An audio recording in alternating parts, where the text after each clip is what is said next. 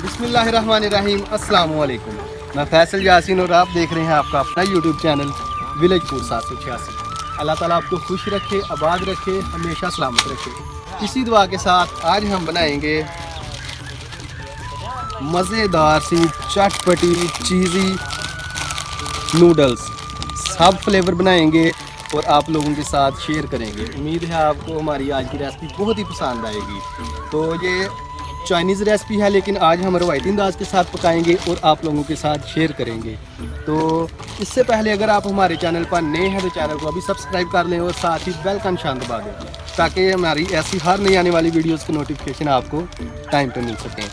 तो लाइक और शेयर करना हरगिज़ मत भूलिएगा।